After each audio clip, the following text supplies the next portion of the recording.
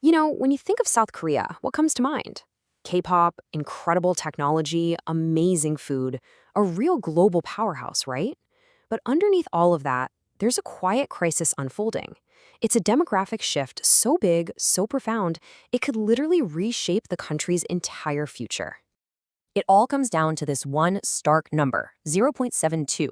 Now, that's not just some random statistic. That is South Korea's total fertility rate. It's the lowest in the entire world.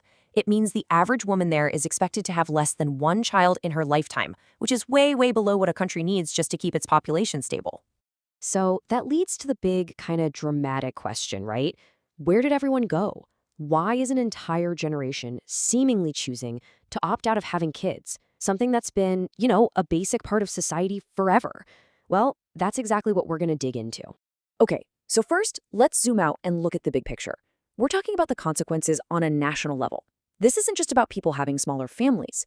This is about the future of the entire country being at stake.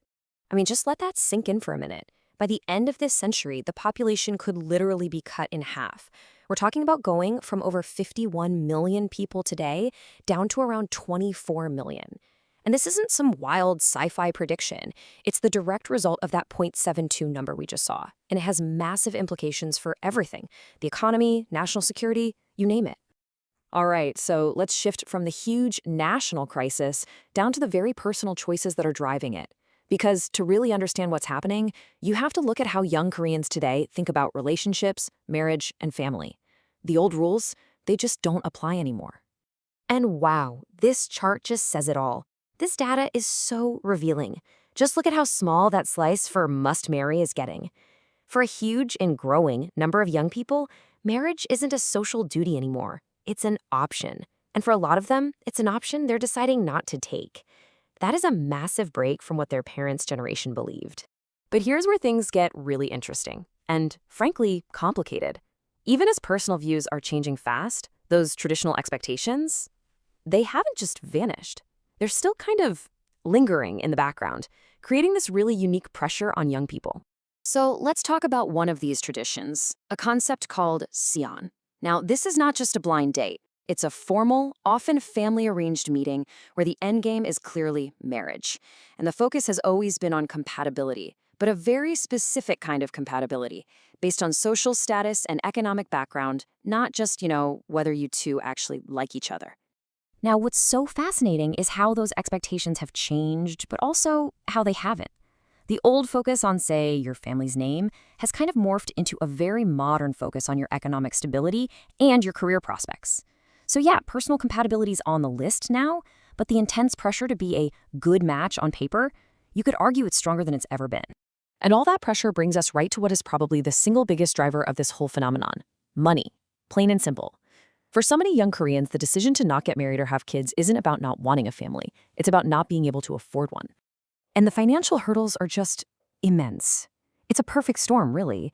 You've got crippling housing costs, especially in a city like Seoul. You've got the insane expense of private education, which everyone feels is non-negotiable.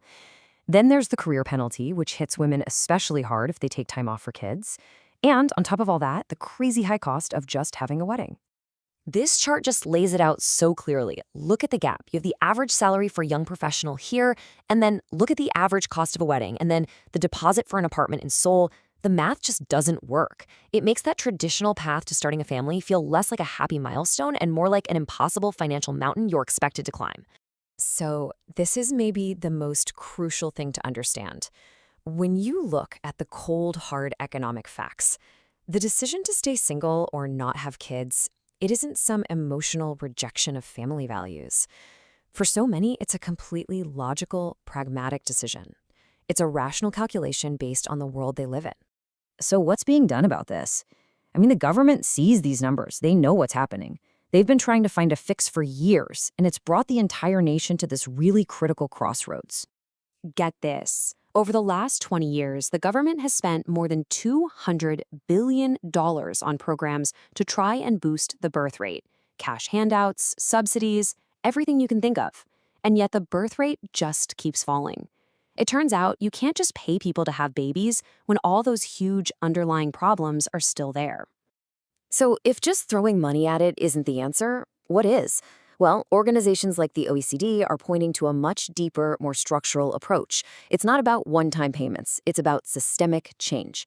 Things like making quality childcare truly affordable and accessible, fostering a culture that actually values work-life balance, and a huge one, seriously tackling the gender pay gap and the career penalties that women face for starting a family. And that kind of leaves us with this final, really challenging thought. How does a country try to secure its own future by encouraging people to have families, but do it in a way that also respects the freedom and the very logical choices of a generation that's facing pressures their parents never dreamed of?